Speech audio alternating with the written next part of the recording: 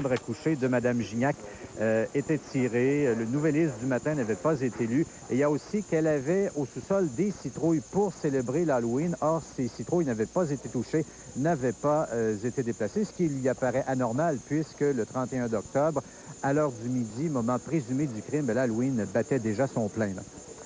Rien ne prouve non plus, selon la défense toujours, que l'accusé était sur place. C'est ce qu'il a dit au jury, Maître Hamel. Malgré les gros moyens de la police, on n'a pas pu établir qu'il s'était bel et bien trouvé sur place. C'est-à-dire qu'il n'y a pas d'empreinte digitale, pas d'empreinte de pas, aucune preuve biologique, pas de sang, rien qui établisse qu'il était vraiment sur les lieux du crime. Pourtant, Martin Castonguay est passé aux aveux dans son interrogatoire. Ben oui, après 9 heures d'interrogatoire, on s'en rappellera, il avait admis s'être retrouvé sur place et avoir participé à l'assassinat, sauf que Maître Hamel a dit là-dessus qu'il a été amené, Castonguay, à dire n'importe quoi sous la pression psychologique de l'interrogatoire, à faussement s'incriminer parce que la police ne lui a pas laissé d'autre choix, parce que la police, a-t-il prétendu, venait de trouver en Castonguay son coupable idéal. Maître Hamel a terminé sa plaidoirie, donc, cet avant-midi. Il a dit en terminant... Ou était-ce de la folie, pour lui demander de coucher avec elle en lui disant que mon amie m'avait parlé d'elle. Elle a probablement trouvé ça très amusant, mais en tout cas, toujours est-il qu'elle m'a laissé entrer. Puis elle s'est étendue par terre sur un coussin, ses jambes ouvertes me permettaient des coups d'œil sur ses belles cuisses.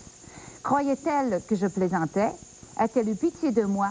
Je ne le saurai jamais, mais à ma grande joie, elle me demanda de lui montrer mon pénis. Heureusement, à ce moment, j'avais déjà une érection complète. Tu vois, heureusement, il faut sauver l'image. Ce qui la conduisit à m'inviter à la montée. Les préliminaires étaient hors de question. Je doute même que je connaissais quelques notions que ce soit à ce sujet. Je l'ai pénétré et je me suis sentie au paradis. Ça, elle a dit que c'est senti homme. En tout cas, continue. C'était le paradis. Le paradis. Irma était si tendre, elle bougeait habilement sous moi et me donnait un confortable sentiment de sécurité. J'ai continué à voir Irma presque chaque mois. Chaque équipe, quand même, monsieur le juge, a fait son travail. Êtes-vous content? veut même pas. Non! Mais quand même, on va vous l'imposer. On est les concurrents à côté pour hey, ta gueule. Alors, on est à 19-13 et on va jouer au Grimaud maintenant.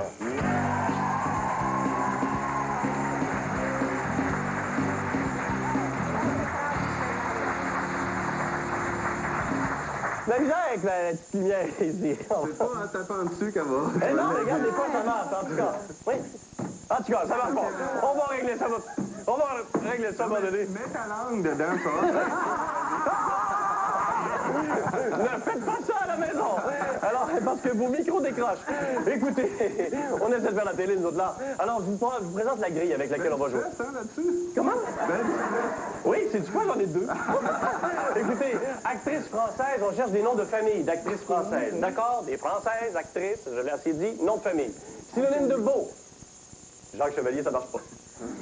Mais des synonymes dans notre belle langue française. Et sport extrême. Je peux vous en donner des exemples peut-être de sport extrême pour vous ennuyer un peu. Par exemple, le deltaplane, considéré comme un sport extrême. Vous êtes prêts et prêtes? C'est parti. Qui ramasse ça? À vous. Trop long. Superbe. Superbe. J'ai entendu superbe. Monsieur le juge, évidemment, dit oui. Bravo. Superbe. OK, le prochain, c'est parti. Qui prend ça? À vous. Sophie Marceau. Sophie Marceau, oui. Jeanne Moreau, aussi, ça aurait été bon. Le prochain, s'il vous plaît. Ça, c'est à vous. Parachute. Le parachute, le parapente aussi. C'est parti. À vous. Brigitte Bardot. Brigitte Bardot, oui. Juliette Binoche et Carole Bouquet aussi. Ça va-tu, vous autres? Ça va. Ah bon, On a les pneus crampés, là. Alors, allez-y, attention, c'est parti. C'est à vous. Magnifique. Mageste, tu veux que j'ai entendu, monsieur le juge, on donne le droit de réplique. Magnifique. Magnifique, c'est plus directement pour vous. Monsieur le juge fait son travail. Magnifique. Attention, c'est parti. À vous. Escalade. J'ai dit trop long avant.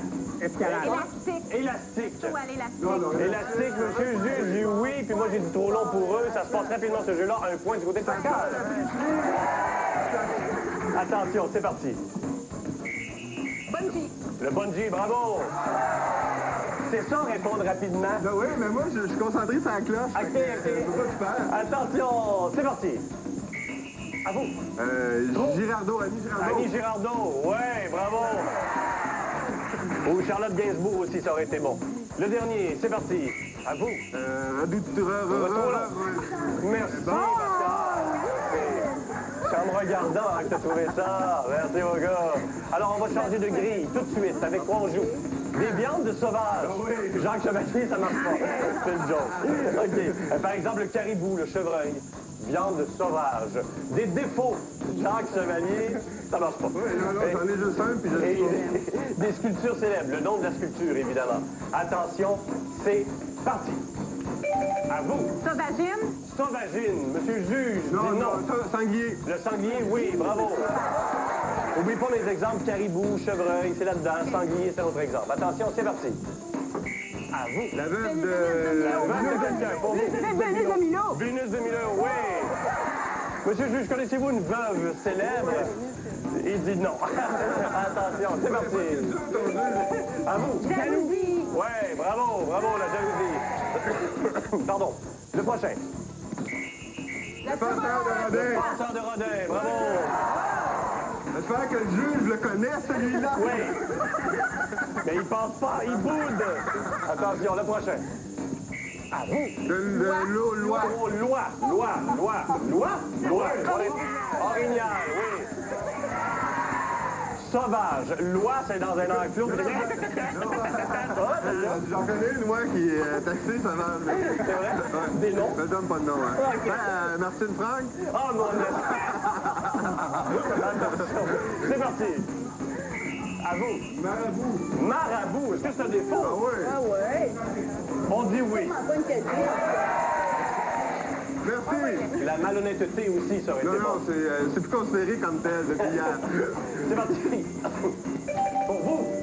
Lièvre. Oui, merci, Patrice. Bravo. T'as sauvé ça. Attention, il m'en reste deux, évidemment. Celui-là. Le Trop long. dompteur de chien. Ben oui, David et Michelangelo. Qu'est-ce que tu disais? Le dompteur de chien. Dompteur de chien. C'est un radin, mais il n'est pas connu. Peux-tu me le faire?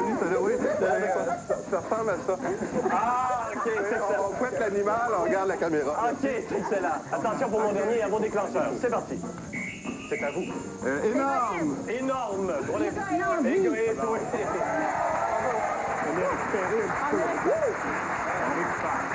Énorme. La phase de gros. Je voulais parler de mon vécu, mais ça a l'air à pas vous intéresser. Alors, Mais tu sais qu'on considère pas ça comme un défaut. On s'attache à toi. On en a... Là, vous allez vous habituer à la maison. On se connaît beaucoup. Fait que ça va être comme ça toute la semaine. Hein? ouais, à tous les points de vue. On en a ramassé 7 du côté de Jacques, on en a 10 du côté de Pascal. 23, 27. Êtes-vous observateur?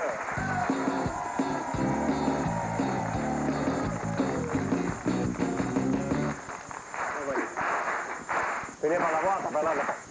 OK, attention, êtes-vous observateur? OK, c'est un coup. OK, on n'a plus le temps. Alors, c'est un court extrait d'une émission de télé. Ça s'appelait Les Tannants. Il y avait un concours d'Elvis. Il y a quelques semaines, on vous a présenté un Elvis. Aujourd'hui, on vous présente Elvis Bédard. Je voudrais attirer votre attention sur les paroles.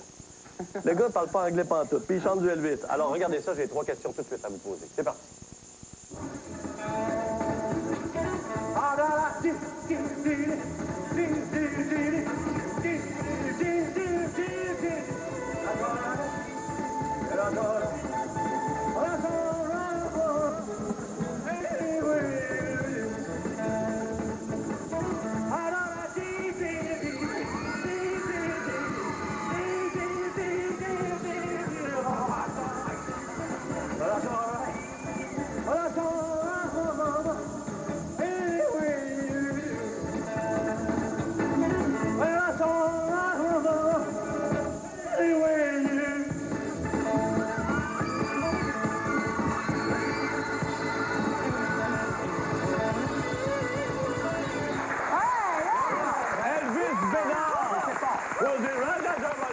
À vos écrans. Avec quelle main Elvis Bédard claque des doigts? Avec quelle main il claque des doigts? Laquelle? Quel genou pose-t-il à terre? Il pose un genou, alors lequel des deux? Et qu'est-ce qui l'échappe à la fin de la séquence? Vous avez 20 secondes pour y répondre. On revient tout de suite dans 20.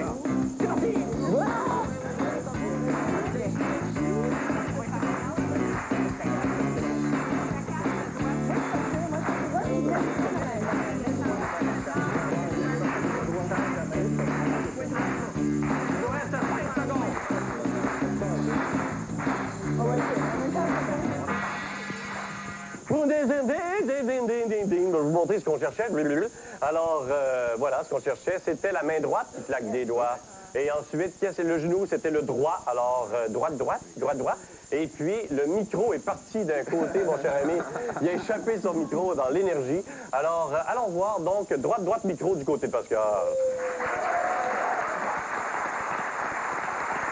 3 points. Du côté de Jacques, qu'est-ce qu'on a? Oh boy! Gauche, micro, droite. Il a déposé... C'est son genou, ça, le micro? Oui, c'est ça. Puis, OK. Il a échappé sa droite. Oui. OK, sa main droite est partie d'un bord. C'est excellent. Et la gauche, pour le fun. Regarde, on en a manqué un, là. Humilie-nous pas. On dit ça dur, nous autres, dans notre équipe. Alors, 2 points du côté de Jacques. Bravo. On prend une pause et on revient tout de suite. 29-26.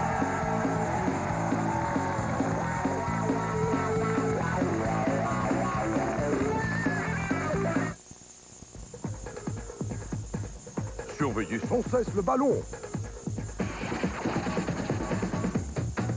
Se pencher dans la courbe.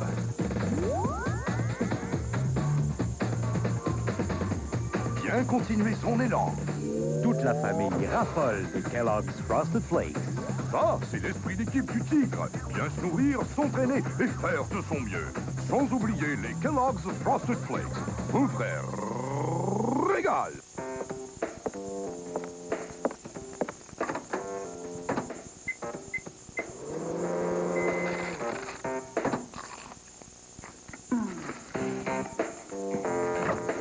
Vous êtes devenu adulte. Peut-on en dire autant de vos habitudes alimentaires? Les classiques de Campbell sont des soupes savoureuses à souhait, faites de viande blanche, d'herbes et d'épices succulentes et de riz sauvage. Les classiques de Campbell, un goût résolument adulte. Selon la poursuite, rien ne prouve finalement que Castonguay faisait, comme il le prétend, des emplettes à l'heure du crime. Donc, Louis Cloutier, aujourd'hui, on en était à l'étape des plaidoiries. Ça tire à sa fin. Voilà, les réquisitoires de la défense, Maître Pierre-André Hamel, et de la poursuite, Du coup, il s'est rendu sur le pilote automatique. Circonstance assez étrange. Alors, Payne Stewart, je pense que Benoît Gagnon aura beaucoup plus de détails sur sa performance comme joueur de golf, un des meilleurs au monde. Hein. Voilà. Ça, il n'y a pas de doute. Monsieur Bouchard et les municipalités tentent de s'entendre? Ben, écoutez, date butoir, ça vous dit quelque chose? Votre expression pétille. Oui, monsieur. Alors, on se donne encore un délai de quelques semaines pour s'entendre sur un nouveau pacte fiscal avec les municipalités. Alors, le gouvernement qui ouvre la porte à certaines conditions et est prêt à certaines concessions également. Alors, on vous donne tous les détails dans un moment. On s'en va du côté de Télé 4 à Québec rejoindre Caroline Gaudreau. Bonjour, Caroline. Bon matin. Perturbation sur le pont Pierre-Laporte-hier. Embouteillage monstre, effectivement. C'est une manifestation de la Fédération des syndiqués de la santé et des services sociaux qui ont manifesté pour mettre de la pression sur le gouvernement. Leur moyen, c'est de bloquer des routes et c'est la première fois, mais ce n'est pas la dernière. Ils menacent même de faire à Montréal. Bon, on examine ça ensemble dans quelques instants. Merci, Caroline. À tantôt. Aujourd'hui, Pénélope, attendez un petit peu, va nous présenter le disque du spectacle du Cirque du Soleil, Dragnon, qui a été mis sur CD. Évidemment, la musique du Cirque du Soleil, l'un va pas sans l'autre. Et également, elle va nous parler de Stabat Mater 2, un spectacle, dit-on, pour public averti un peu plus. Elle va nous en causer vers 8h15 ce matin. Bon, on va examiner bien sûr la carrière sportive de Payne Stewart, mais là, on se demande si la liste des blessés rétrécit chez le Canadien. Oui, il y a des joueurs importants qui sont autour. C'est le cas de Shane Corson, hier, qui était de retour à l'entraînement. C'est pas un fantôme que vous voyez se faufiler comme ça sur la glace derrière les autres. C'est bel et bien Shane Corson. Les fantômes, ils sont restés... relâche la semaine dernière. Les jurés, eux, sont pas là depuis le 13 septembre. Ils sont arrivés le 20 septembre. Mais c'est le procès le plus long jamais tenu dans la région. Il y a plus forte raison aussi, le procès le plus long devant jury. Les 12 membres du jury qui doivent d'ailleurs se rendre disponibles depuis cette période. Ah oui, vous savez, servir comme juré, ça, c'est un devoir civique. Lorsqu'on est convoqué, on ne peut pas se défiler à moins d'avoir une très bonne raison. Et l'administration judiciaire dit, vous savez, on s'arrange quand même pour que les jurés ne soient pas perdants. Mais la grande question, c'est qu'est-ce qui se passe pour ces jurés qui n'ont pu retourner à leur emploi, pour ceux qui travaillent, évidemment, depuis le 20 septembre. Ben, à ce sujet, il y a une allocation qui est prévue. Et aussi, lorsqu'on sélectionne les candidats, les jurés, ben, on vérifie s'ils ont une convention collective en emploi qui les protège ou qui les assure du maintien de leur rémunération en cas d'une sélection comme juré. Et on va entendre là-dessus le directeur des services de justice, Maître Daniel Kimpton.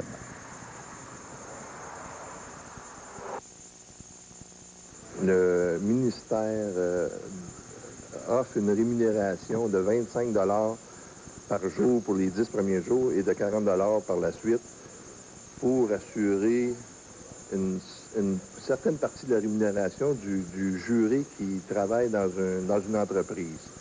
L'entreprise, à ce moment-là, défrait, suivant la convention collective, le salaire de l'employé, du jury, moins le 25 $ ou le 40 $. Il faut le dire, Louis, la prise en charge des jurés, là, ça va encore plus loin. Ah oui, plus loin. Par exemple, s'il faut une gardienne à la maison, c'est le ministère de la Justice qui défrait les coûts. Évidemment, les repas sont prévus, les déplacements aussi, l'hébergement pour ceux qui, par exemple, ne peuvent pas faire le voyage à chaque jour au palais de justice. Et évidemment, l'hébergement au moment où les jurés sont placés sous séquestration, ce qui sera le cas à partir de maintenant pour leur délibération. Et on a eu le cas hier d'un juré, par exemple, qui a fait remarquer au juge que la semaine dernière, il n'avait pu aller en emploi parce qu'il n'avait pas pu prévenir son employeur suffisamment tôt de sa disponibilité. Et tout de suite, le juge a ordonné aux fonctionnaires de la justice qu'on s'occupe de son cas. Ouais, c'est sans doute tout un contrat. Voilà, sûrement. Merci, Louis. Au revoir. Le chauffeur de l'autoroute 40 qui vient d'écoper de 10 ans de prison pour avoir tué 2 personnes va recevoir d'importantes indemnités de la Société de l'assurance automobile du Québec. Pendant sa détention, la conjointe de Sylvain Bois va recevoir un montant annuel de 9 500 $. C'est encore plus que ce qu'elle recevrait sur l'aide sociale. À sa sortie de prison, Bois pourrait toucher une rente de 13 500 $ par année. Quant à la somme relative aux incapacités physiques découlant de l'accident, elle pourrait atteindre environ 30 000 $. Par ailleurs, le régime d'assurance automobile fera l'objet d'une vaste consultation au printemps prochain. Poursuite pour le moins inusité, hier, dans les rues de Cap-de-la-Madeleine, les policiers ont pris en chasse un adolescent sur un véhicule tout-terrain. Celui-ci circulait sur la rue Thibault et se faufilait parmi les autres voitures, un jeu très dangereux. Le conducteur et son passager ne portaient même pas de casque. Le jeune chauffeur sera accusé de conduite dangereuse.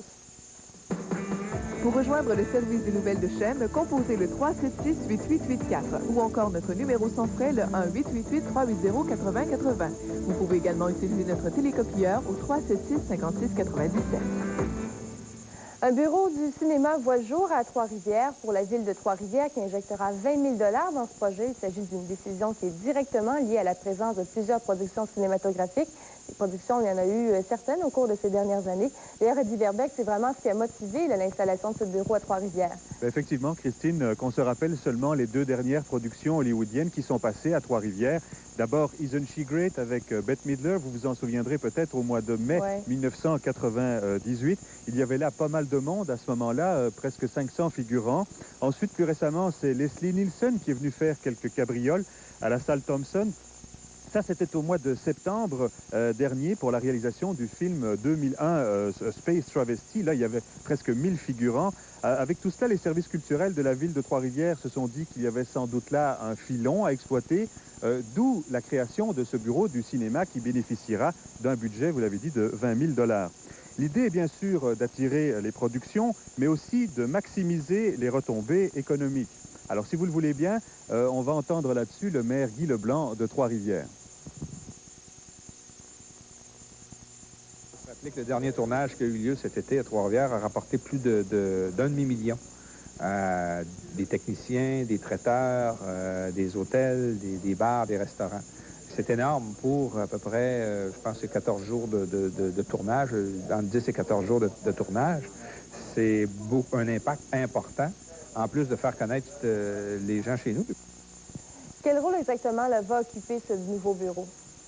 Bien, le bureau va offrir différents services, comme par exemple dresser la liste des figurants, ce qui va éviter aux producteurs à chaque fois à faire du recrutement. Vous vous souviendrez peut-être qu'avec Leslie Nielsen, ça avait été particulièrement difficile. Pas été facile. Le bureau va également faire établir des réseaux de contacts et notamment se rendre à Montréal, où il y a déjà 126 productions qui sont annoncées pour l'an 2000. Alors, on va se rendre sur place et essayer d'aller chercher une petite partie et éventuellement quelques tournages pour Trois-Rivières.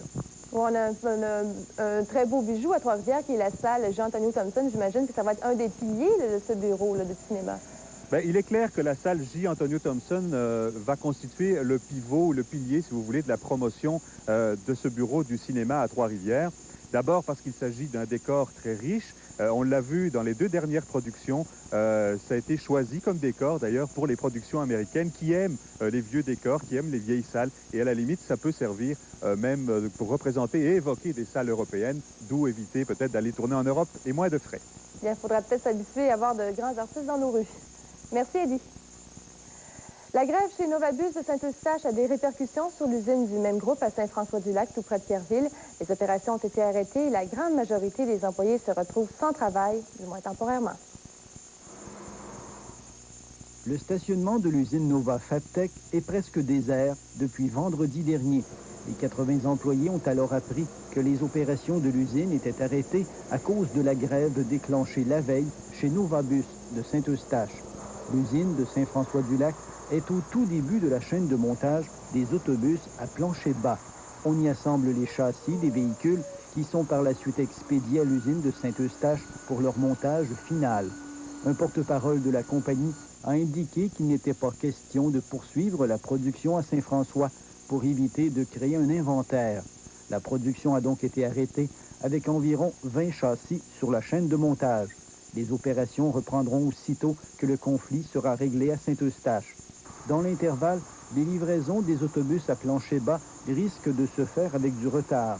La Corporation intermunicipale de transport des Forges, du Grand Trois-Rivières, pourrait recevoir avec quelques semaines de retard, voire quelques mois, les 2 véhicules de 350 000 $ initialement attendus pour le 17 novembre. Pierre Saint-Yves, TVA, Trois-Rivières. Le ministre délégué à l'Industrie et député de Trois-Rivières, Guy Julien, est revenu vendredi d'une mission économique au Brésil. Il accompagnait des représentants d'entreprises désireux de développer des liens avec l'Amérique du Sud. La délégation comptait également des représentants d'institutions d'enseignement. D'ailleurs, le cégep de Trois-Rivières était représenté au sein de cette mission.